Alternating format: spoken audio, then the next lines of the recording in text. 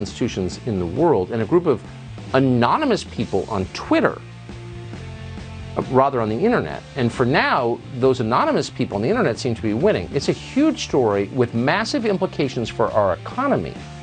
Charles Payne joins us after the break to explain what's going on and what it means. Hedge funds do a lot of things to make money, but one of those things is trading in the options market, shorting companies. In other words, making money when the stock price of other companies, sometimes American companies, goes down. They lose money, hedge funds make money. It's part of the business model, shorting stocks. So borrowing shares and selling them on the expectation that those shares will decline in value. Well, for the past several months, hedge funds have shorted the stock of a retailer called GameStop. People online watch this. This kind of stuff happens all the time. And by the way, sometimes hedge fund managers go on television, we've talked about this before on the show, and attack specific companies or whole sectors of the economy, hoping the value will go down and they can profit from it. That's pretty ugly. Very ugly. It's very wrong. It's apparently legal, though. So people online watched all this, and ultimately they decided to act.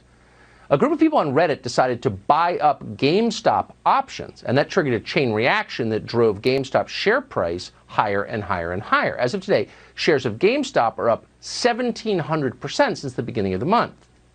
That means people on Reddit profited, people in hedge funds who were betting that share price would go down lost money. And that's a crime! Only people who work for hedge funds are allowed to manipulate the market, often with the help of CNBC. Normal people are not allowed to do that.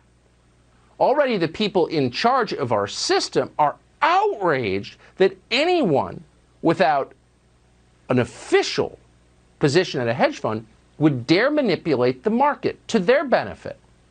The communications platform Discord has taken action against this. They've shut down the day traders, claiming that they're committing hate speech. In other words, if you do what hedge funds do, but you don't work at a hedge fund, you're a racist. Obviously.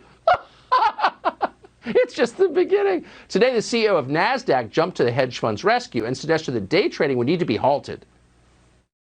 If we see a significant rise in the chatter on social media channels, and then we also match that up against unusual trading activity, we will potentially halt that stock to allow ourselves to investigate the situation, to be able to engage with the company, and to give investors a chance to recalibrate their positions.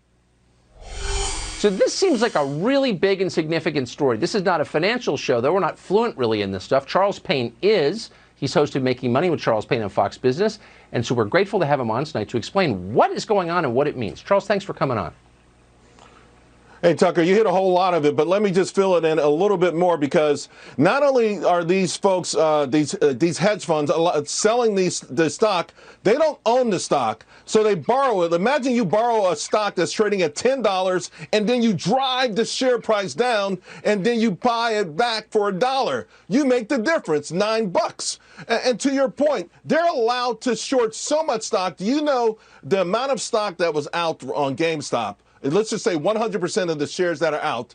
Well, they shorted 140% of the stock. So they borrowed the same stock over and over and over, the same shares, and sold it into the market over. Their job, their mission was to drive GameStop to zero.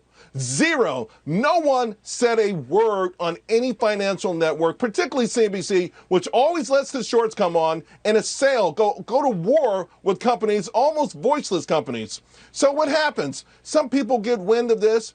These folks that you said, these individual investors, they decide to buy the stock up. They start to pressure the shorts. It's called a short squeeze, and it's working. And Wall Street is losing its mind, and Wall Street now wants to change the rules of the game, because a bunch of people with accounts ranging from $500 to $2,500 are taking down the billionaires.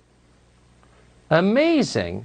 So the options, I mean, it's a much longer conversation about whether the options market actually helps the real American economy in any way. But unless I'm missing what you're saying, when individual investors tried to do what hedge funds do every day, but to the benefit of GameStop, they're now racist for doing that, and they need to be purged from the internet.